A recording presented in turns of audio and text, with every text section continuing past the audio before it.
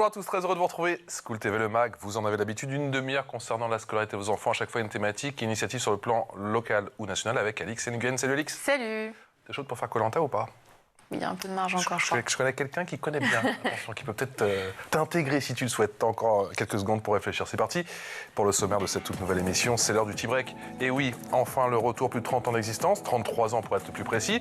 Un rendez-vous incontournable chaque année pour les enfants, l'occasion de s'amuser et d'éduquer, surtout par le sport avec la présence d'illustres champions. Les détails dans un instant. Le MAG s'intéresse aujourd'hui plus largement aux actions de SOS Gazelle, les initiatives toujours tournées vers la jeunesse, que ce soit en France ou en Afrique, que ce soit au Maroc ou au Sénégal, avec un seul leitmotiv, la solidarité. Puis Alix sort sa loupe, comme d'habitude. Oui, et je vous parle d'un club de football dans le Doubs, engagé, puisqu'il lutte entre autres contre le harcèlement. Dans une dizaine de minutes, pendant l'expression orale que voici.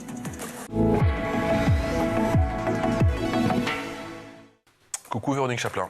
Je dis coucou, on se connaît un petit peu. Même Oui, ça fait un petit moment qu'on ne s'est pas vu. C'est vrai. Je monte plus au filet, je monte plus la volée et je joue pas bien en golf. Pas du tout bien. Comment ça va? De te voir pleine Moi forme, aussi, au top.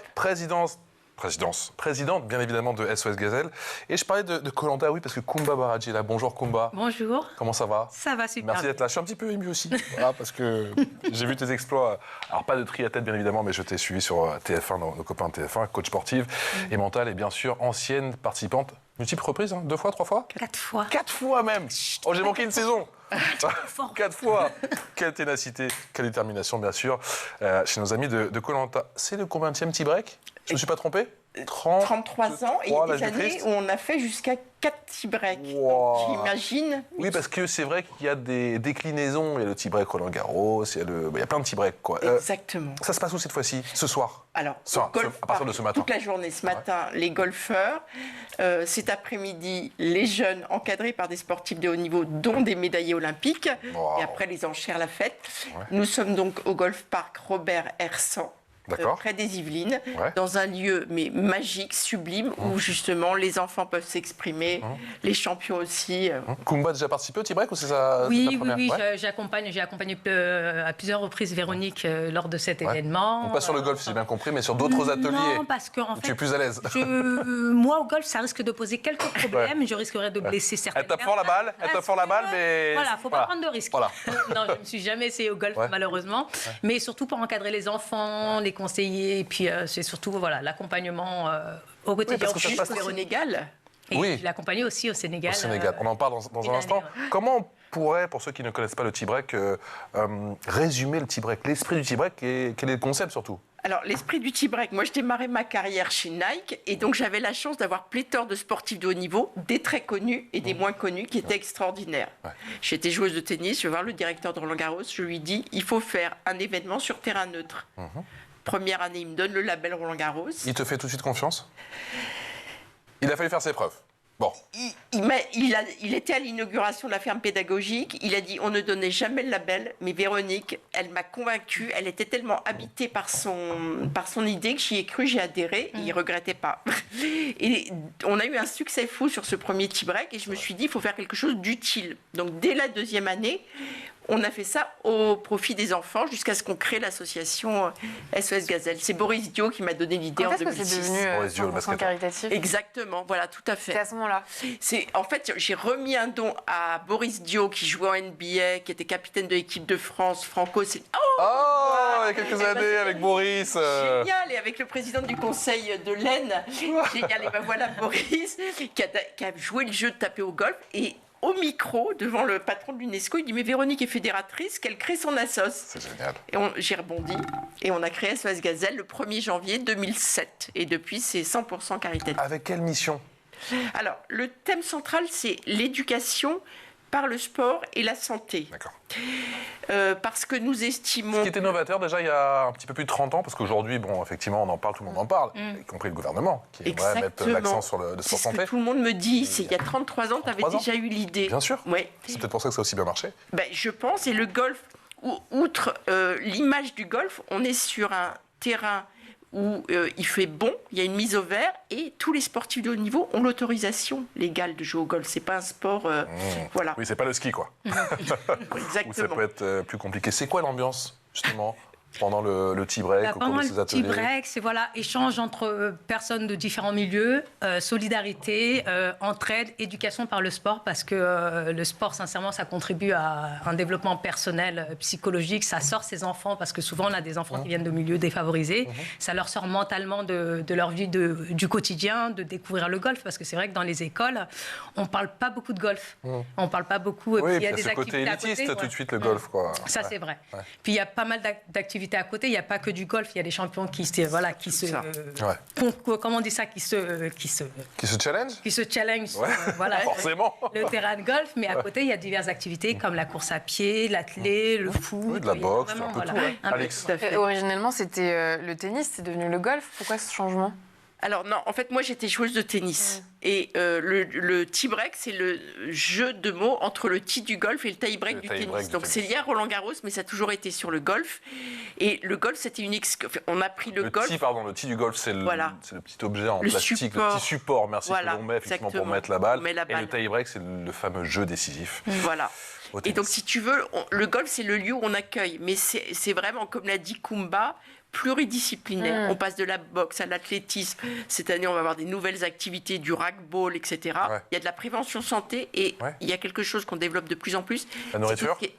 Ah, l'alimentation. Ah, mais moi, je suis désolé. Je suis, moi. Ah oui, sur l'alimentation. Parce qu'on a beaucoup parlé de sport santé, mais il y a aussi des chefs.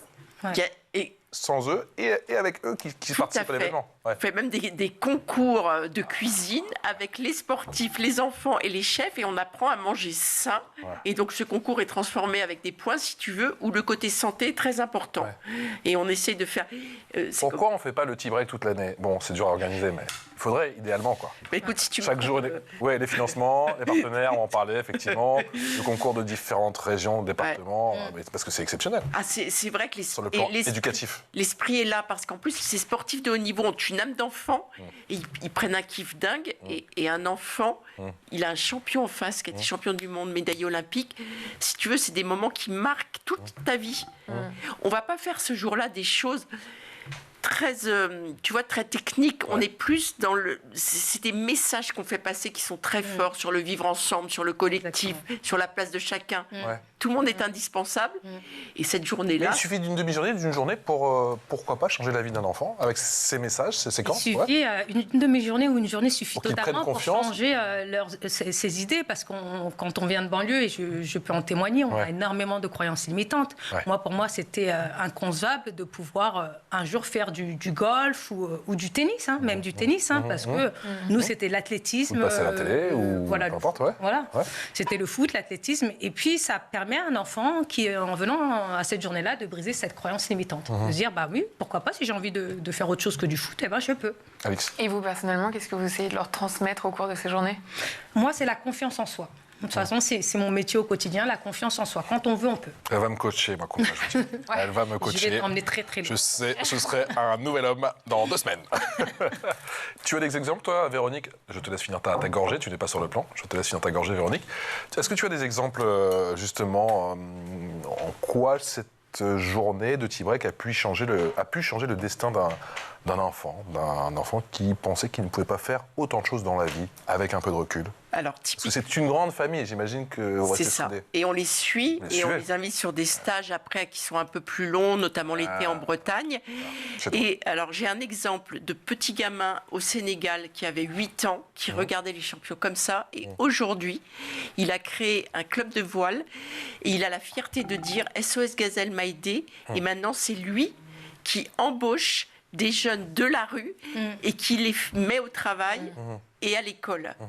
On a aussi beaucoup de jeunes filles qu'on a sorties de maisons où elles travaillaient à 12-13 ans et qui maintenant sont motivées à avoir le bac et à travailler par elles-mêmes et à rester dans leur pays. Et plus facilement en France, alors c'est très simple, des enfants qui étaient très mauvais en scolaire, on leur a dit « tu ne viens pas au tea break ». Ils ont été motivés l'année d'après.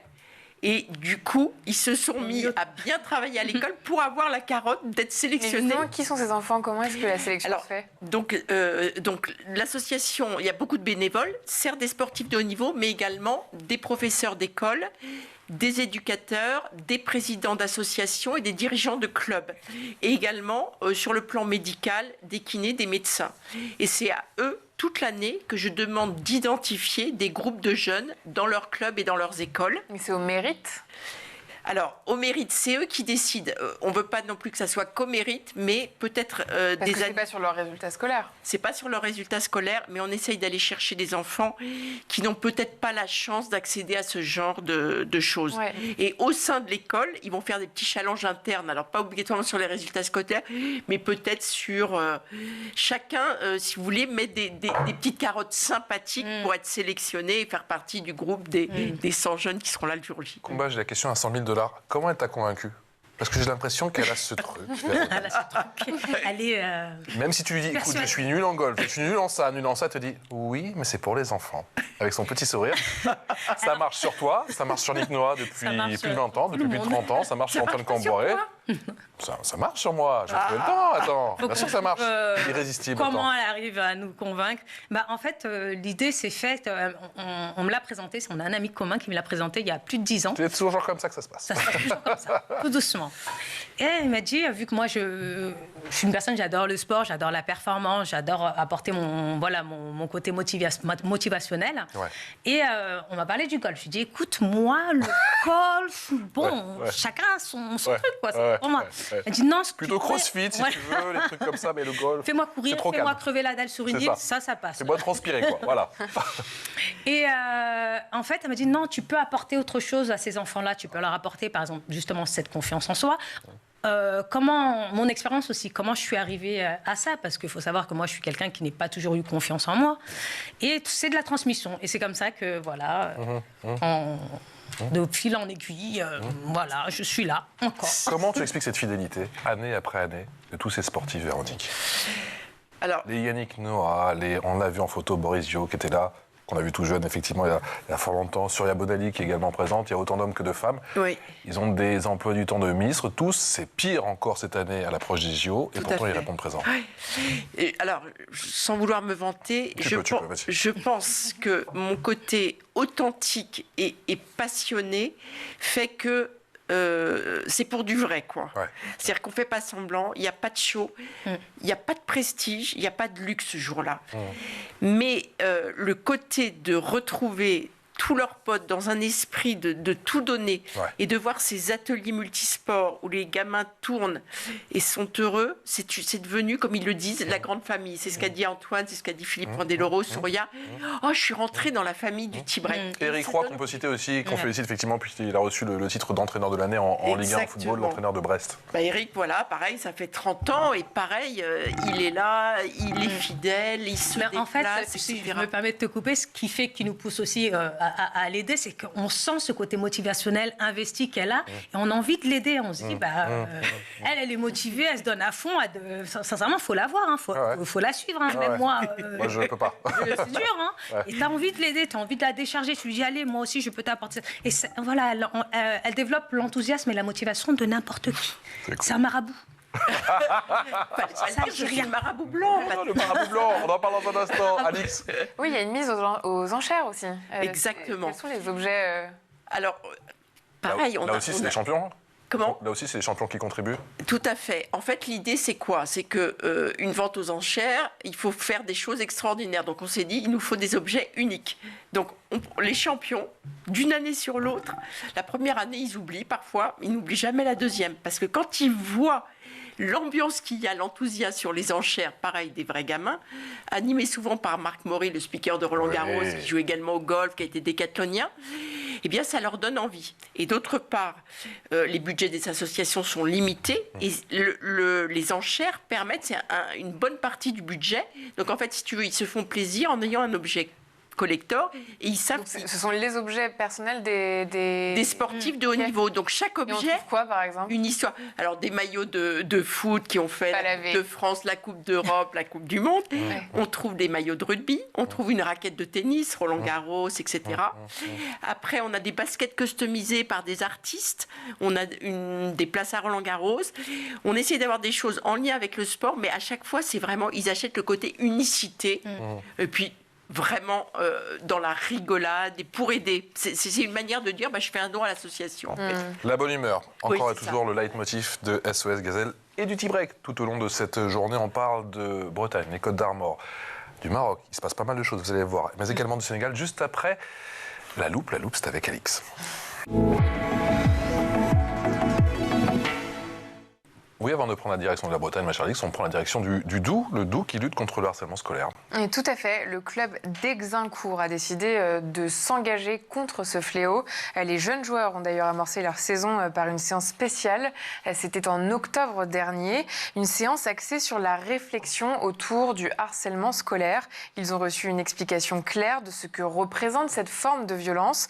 Ils ont aussi été sensibilisés sur l'importance d'en parler aux adultes. Cette année, le club d'Exincourt aborde le sujet du harcèlement scolaire après s'être penché sur celui de la discrimination l'année dernière. Plusieurs sessions sont organisées tout au long de la saison. Les enfants ont entre 11 et 12 ans. Ils sont pour la plupart au collège, une période clé où ils commencent à être confrontés à ces problématiques et ce notamment avec l'arrivée du premier téléphone portable pour la plupart d'entre eux. On écoute Mahamar Bencha, éducateur et co-organisateur de l'action. Pourquoi cette action? Donc, tout simplement parce que ce fléau est malheureusement un phénomène de société qui touche les jeunes et les moins jeunes. Et nous avons visé par le biais de cette action donc la catégorie justement U13 car on considérait que les enfants âgés de 10 à 13 ans sont le public justement qui est touché plus particulièrement par ce fléau. Et donc le but de cette action, c'est tout simplement de sensibiliser dans un premier temps. Et déjà dans le public qu'on vise et dans l'espace associatif qu'on est, donc c'est-à-dire au sein du club, si on peut déjà, par le biais de cette sensibilisation, éradiquer ce fléau à notre échelle, ça sera déjà quelque chose de pas mal. Et cette initiative est soutenue par la Fédération française de football à travers un programme éducatif fédéral qui vise à fusionner le sport avec les enjeux sociétaux. L'objectif de ce programme est de lier le sport et les problèmes sociétaux, je viens de dire. Dans le club d'Exincourt, les valeurs sont la tolérance, le respect et la bienveillance. Est-ce que c'est des problématiques que vous abordez chez SOS Gazelle, typiquement lors de vos ateliers, parce que vous parlez de la santé, mais le harcèlement, avec les enfants peut-être? On évoque tous les sujets, il n'y a pas de tabou. Il n'y a pas de tabou, c'est la manière dont on l'aborde. Et effectivement, les valeurs pour SOS Gazelle, c'est avant tout number one, c'est l'humain. Ouais. Moi, j'ai toujours dit dans mes différents... Le vivre ensemble. Vivre ensemble, et dans la vie, le savoir-faire, ça s'acquiert, le savoir-être, c'est une position. Et quand on a un savoir-être, on va partout dans le monde, on passe. On peut avoir des lacunes, et donc ça fait partie, le respect, la tolérance, la discipline, la politesse, être à l'heure, etc. Et je peux vous assurer que vous disiez en une journée, si le message, dans la manière de passer le message, où on les implique, on leur pose des questions, et on les fait réfléchir par eux-mêmes, ils prennent plus l'exemple de l'extérieur, mais ils réfléchissent à ce qu'ils souhaitent. C'est magique. Pourquoi l'école ne fait pas ça? Pourquoi l'école ne le fait pas? Mais je pense quelques questions qui fâchent quand même. Mais je pense que l'école a pris conscience, a pris conscience de l'importance de la sensibilisation sur le sujet, parce que c'est pas anodin, des petits mots qui peuvent blesser, qui peuvent marquer jusqu'à l'âge adulte. Donc moi je jette pas la pierre à l'école. Je pense que là, depuis quelque temps, il y a une grosse prise de conscience. Donc c'est très très bien. Comment c'était à Dakar avec Véronique? Que s'est-il passé? Alors, on a parlé de toutes ces activités en France et on va parler de la Bretagne dans un instant avec cette ferme pédagogique qui est très intéressante là aussi. Mais il y a aussi, depuis des années, Véronique, ces activités, ces actions à Dakar, totalement. Alors, moi, j'ai été invitée sur le semi-marathon. Il y avait le marathon de Dakar, donc j'ai participé à mon premier semi-marathon pour SOS Gazelle. Mais avant ça, il y avait plein d'activités. Le but principal, c'était bien évidemment les enfants, donc distribution de cadeaux, de l'eau. Mais c'est magique, sincèrement, voir le visage de ces enfants s'illuminer pour un cahier. Vous savez, un cahier, pour nous, ça devient anodin, mais le moindre équipement scolaire, le moindre t-shirt, c'est réconfortant et ça m'a motivé après sur le semi. Des émissions ici, Kumba et Véronique, où effectivement on nous a dit qu'il y avait parfois pour projet de construire des murs, parce qu'il n'y a pas toujours des murs et des fois, pas forcément à Dakar, peut-être pas à Dakar, mais on a fait des émissions dans certains villages plus retirés où tu avais besoin d'avoir un mur, tu vois, ou des toilettes, et plus d'infrastructures.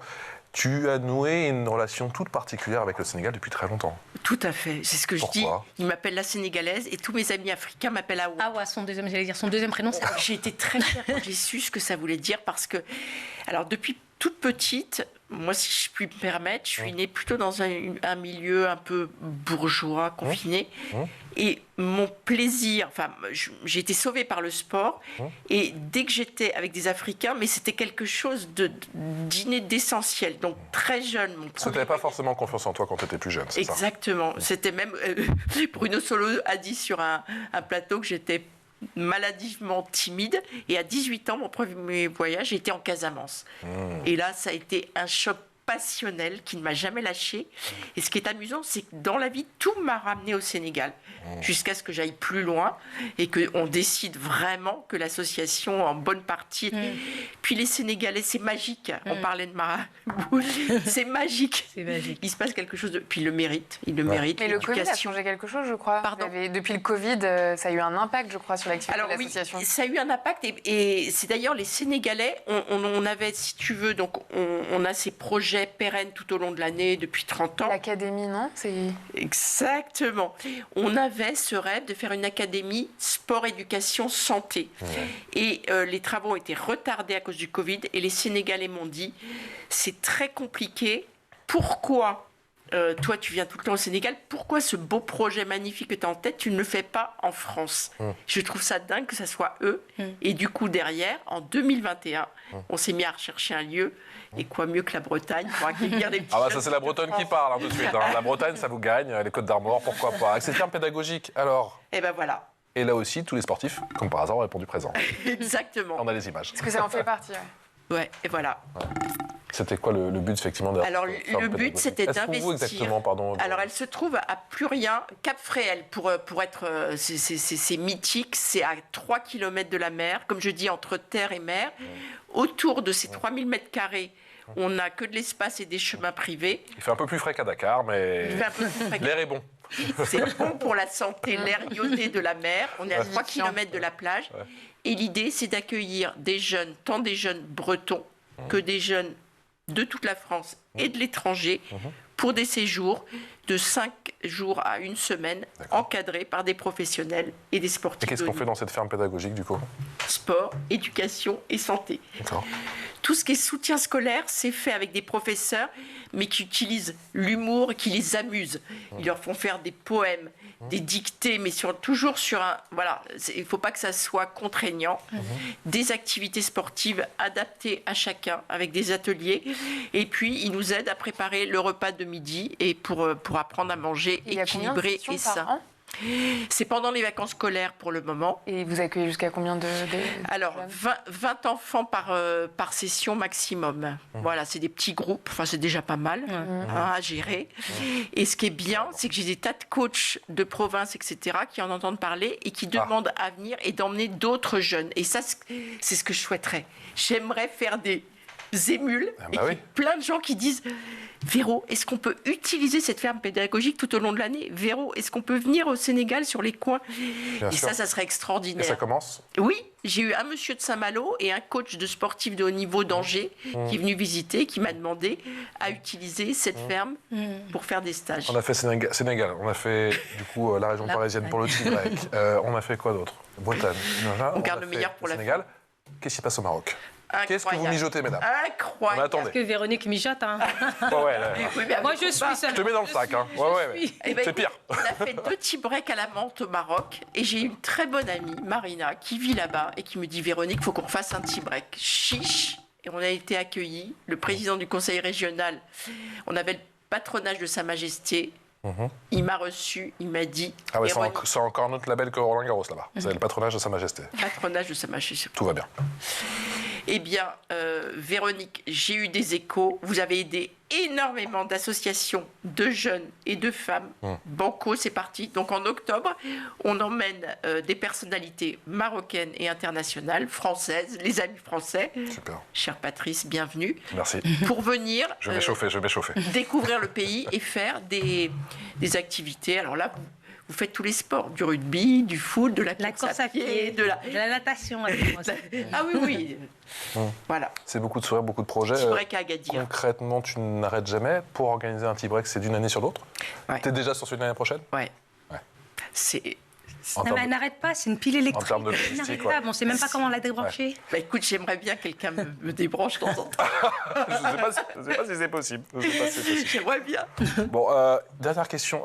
Est-ce que ce tea break a une saveur toute particulière à l'approche des JO ou pas forcément? Vous le sentez, vous, auprès des jeunes ou pas? Parce qu'il y a toujours ce débat sur ferveur ou pas ferveur en France. Cette question, elle est parfaite pour moi. Ah, Bah parce qu'on a fait un programme qui s'appelait Vers Paris 2024. On est sur la dernière année. ouais. C'était notre thème. Ouais. Et on va 2 ans, ouais. annoncer au ce soir, à la remise des prix, que nous allons financer 5 projets sur les JO à venir.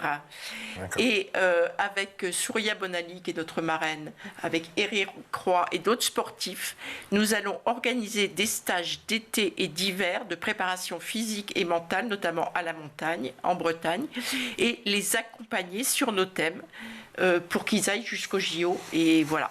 Moi, je suis très touchée, très émue, parce que c'est vraiment encore un nouvel angle. Encore un nouvel angle. Merci d'avoir été avec nous. Avec plaisir, merci pour l'invitation.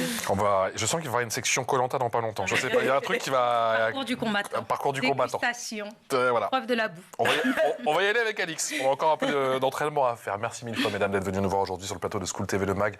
Koumba Baradji, triathlète, coach sportive et bien sûr ancienne aventurière de Koh-Lanta, et Véronique Chaplin, qui est l'heureuse présidente de SOS Gazelle. 33 ans de tea break, c'est aujourd'hui. Profitez. Merci, mesdames. Alix. Merci. À demain. Ciao.